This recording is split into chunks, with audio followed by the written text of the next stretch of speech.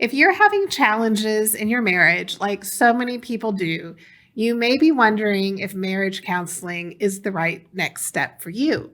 My guest here today is MarQui McGill. She is the founder of Space and Grace Counseling, where she meets with couples virtually and helps them build skills in their marriage.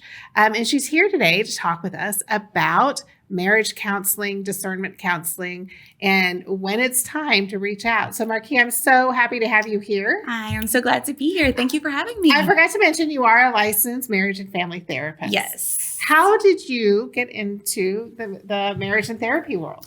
Yeah, so it actually started for me when I went to Texas Tech. I went to Texas Tech University, and I actually wanted to be a family attorney. I got into the poli-sci major and quickly learned that this was not for me. This is not the way that I best want to help other people or couples. And so there was a period of time where I really struggled to figure out what next steps were for me. I just knew that it was really important for me to help other people. And through some research, I learned about marriage and family therapy, got into that curriculum, and haven't looked back since. That's great. What do you love about the work that you do? I love helping families and couples have restoration, being a resource for them. I think so many people aren't aware of the resources that couples and discernment counseling can have to truly give them the hope that they need. It's hard out here to try to navigate relationships on our own, especially if we aren't taught those things in our own family system. So I really just like to empower couples and individuals in learning how to have these skills and these tools to have the healthiest relationships they can. So let's talk about what happens in marriage therapy. Like, when do you know that marriage therapy is the right next step? Yeah, so that is a great question. I think before we can ask ourselves that, we first need to dismantle this idea that going to couples therapy means that something is broken in your relationship, because societally there is that message. Going to couples therapy doesn't mean that something is broken. And so when to know when to start is just really examining how you're feeling in the relationship. What are you feeling? What's going on? What dynamics are you noticing? And a lot of the couples that I see when they first start, they're feeling really stuck, and they're stuck in a cycle that they can't get out of. So we're examining that cycle and helping them see how they got stuck. What are some common cycles that you see people stuck in? That is a great question. I would say that the number one thing I hear when couples get started working with me is communication. We're stuck in communication cycles. We don't know how to communicate with one another. But I think really what that means is a couple is struggling to understand one another. They may be stuck in an avoidant attachment cycle. They may be stuck in feelings of resentment and feelings of betrayal and individual trauma or even relational trauma that they've experienced together. Yeah, it's funny how being in a relationship with somebody really shines a mirror back on you of all the things. It does. Relationships are definitely mirrors. Yeah. And you mentioned that, a lot of us just don't have healthy models of healthy married life. I think most people don't. I think it's sort of an anomaly. If you had parents who stuck it out, that they were, they still enjoyed each other after years of marriage. A lot of people will stick out of marriage, but they just are living very separate lives. Yeah, or they're just either grinning and bearing it or scared of taking next steps because they don't know what resources are available to them. So what are some of the resources that you utilize in your practice? So some of the resources are individual therapy. So sometimes it works out where a client just meets with me individually because they're noticing that they're feeling really stuck in their relationship. And so they'll just meet with me individually. And then at that point in time, I'll recommend couples therapy for them and their partner. Or sometimes I have couples reach out to me and they're looking for couples counseling, but really they're needing discernment counseling. And so there's resources such as individual couples and discernment counseling.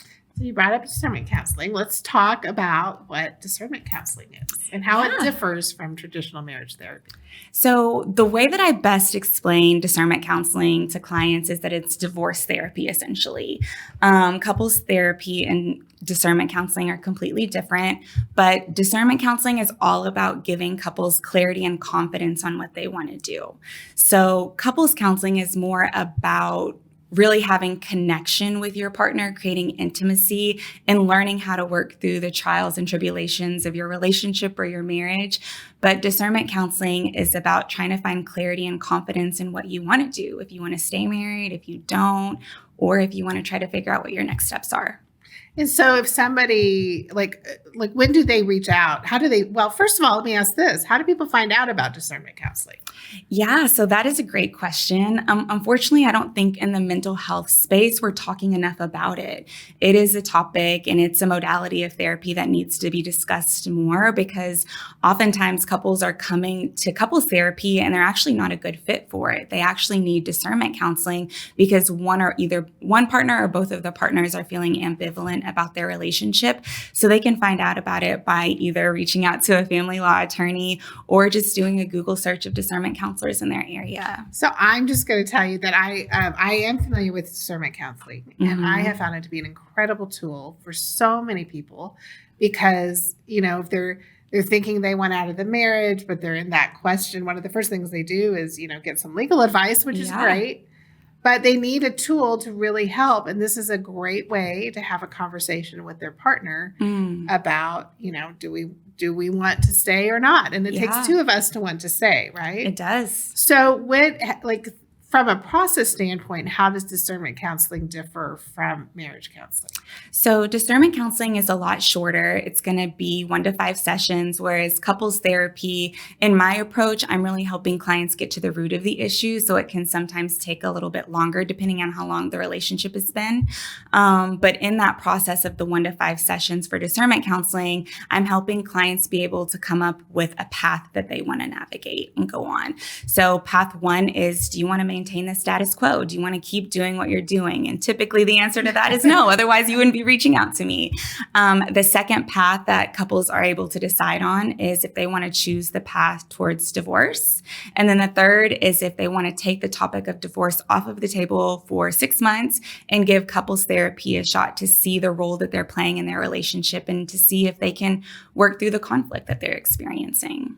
Yeah. And it's from clients that I have who have gone through the discernment counseling, it's such a healthier way to broach the topic of divorce. So even if they end up getting a divorce, they've set the stage to have a much better divorce. Yeah. I learned when I went through my discernment counseling training that 40% of partners aren't even aware that their partner wants a divorce until they go to couples counseling or discernment counseling. So we're able to talk about it in a healthy way and give both partners the clarity that they're truly looking for. Yeah. And I'll just tell you from my experience, when partners start off kind of blindsided in the divorce process, that immediely ratchets up the conflict. So I can imagine so. Yeah. It's a great cost-effective cost savings way to begin that conversation with the partner. Yeah, I could see how that could easily stir up feelings of betrayal. Like, they've been sitting on this and they didn't tell me, or why weren't you talking to me about this? And to be honest,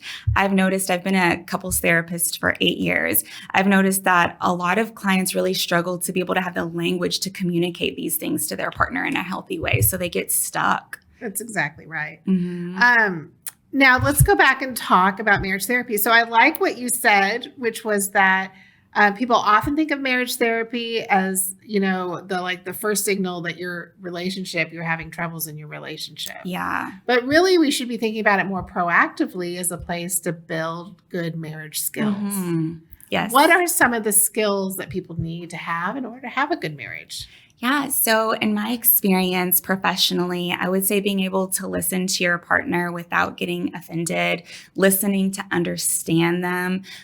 Curiosity is a huge skill that couples need to have a healthy and lasting relationship or marriage.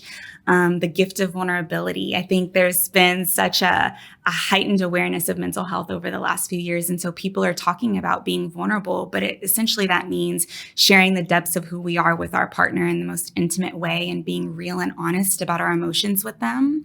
So I would say vulnerability, curiosity, the ability to listen, to understand, and the ability to see your partner outside of you. I also think in society, we have this unhealthy message that our partners complete us. works. But in healthy relationships, you have two completely different people who are coming together to essentially build life with one another. And so your partner is separate from you. So how can you see your partner as somebody that's different from you, different feelings, different thoughts, different experiences? I'm so glad to hear you say that. I'm going to harken back to the late 90s. There was a movie called Jerry Maguire. I think it was late 90s.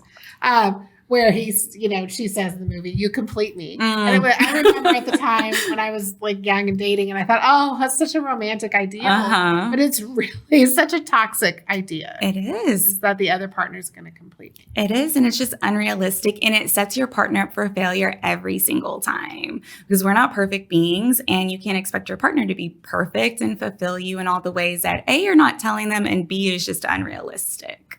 So often when I'm seeing people and also when you're seeing people, like, they're probably well on their way in the marriage. Let's back up a little bit and talk about selecting the partner and what you need to be looking for, or how couples can really know that they're marrying well. Does that go into the marriage with that skill set? Yeah, that's a really good question. I help my couples really learn about their values and help them be able to differentiate from what they've experienced in life versus who they are, and having autonomy and living their life according to their values. And so I think if you're looking for a partner, you're looking to date, finding somebody who is also willing to do the work, because relationships are hard and they're going to be challenging. So I think that's an important skill set to have, somebody that's attuned to their values, somebody that's open and receptive to communicating how they feel, who has the ability to be curious about your feelings, your experiences, and who wants to gain that intimacy and that vulnerability with you that's so intrinsic to healthy relationships. I think those are really good key elements that are not talked about enough. So, I have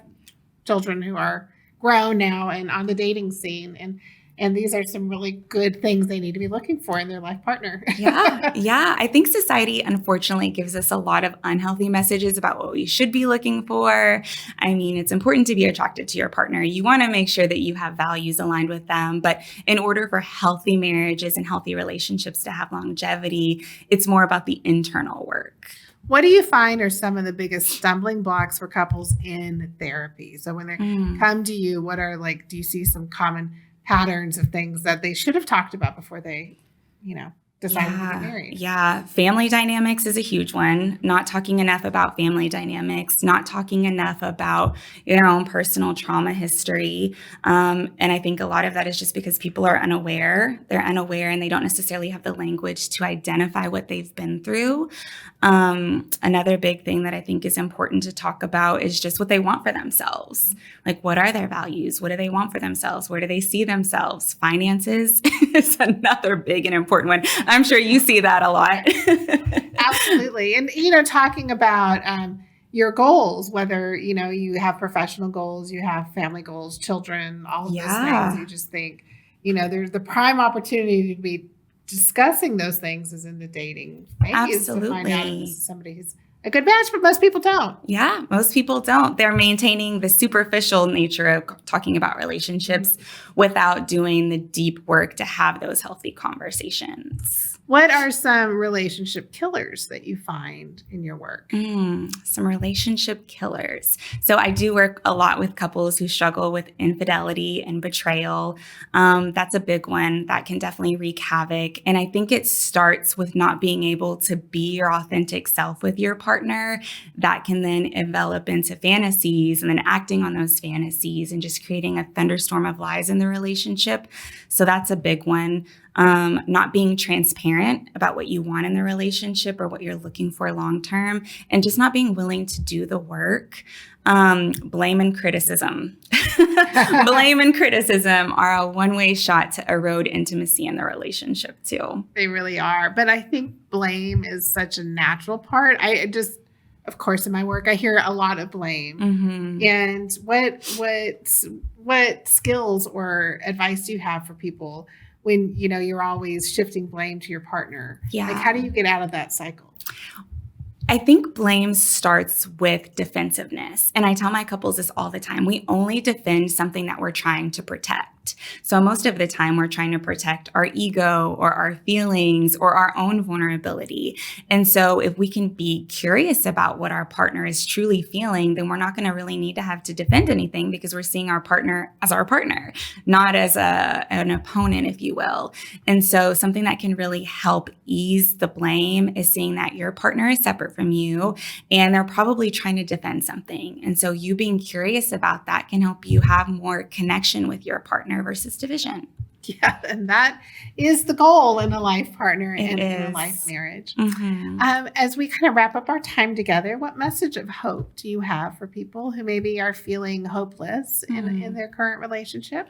Yeah, I would say my message of hope for couples would be that we can't change something that we're not aware of. And awareness is powerful. And even just going to couples therapy, individual therapy, or embarking upon discernment counseling can just give you the awareness that you need to make decisions that are going to help you and your partner, you individually, or you about decisions you want to make for your relationship. So therapy can help give you the awareness that you need to live the life that you want and have the relationships that you want to. That is a great message of hope. I love that. You want to learn more about MarQui McGill and her wonderful practice and take advantage of the resources she has to offer. We're going to include links to her website where you can learn more about her and get in contact with her. And of course, if you like today's episode, we would love for you to leave comments and subscribe as well. Thank you.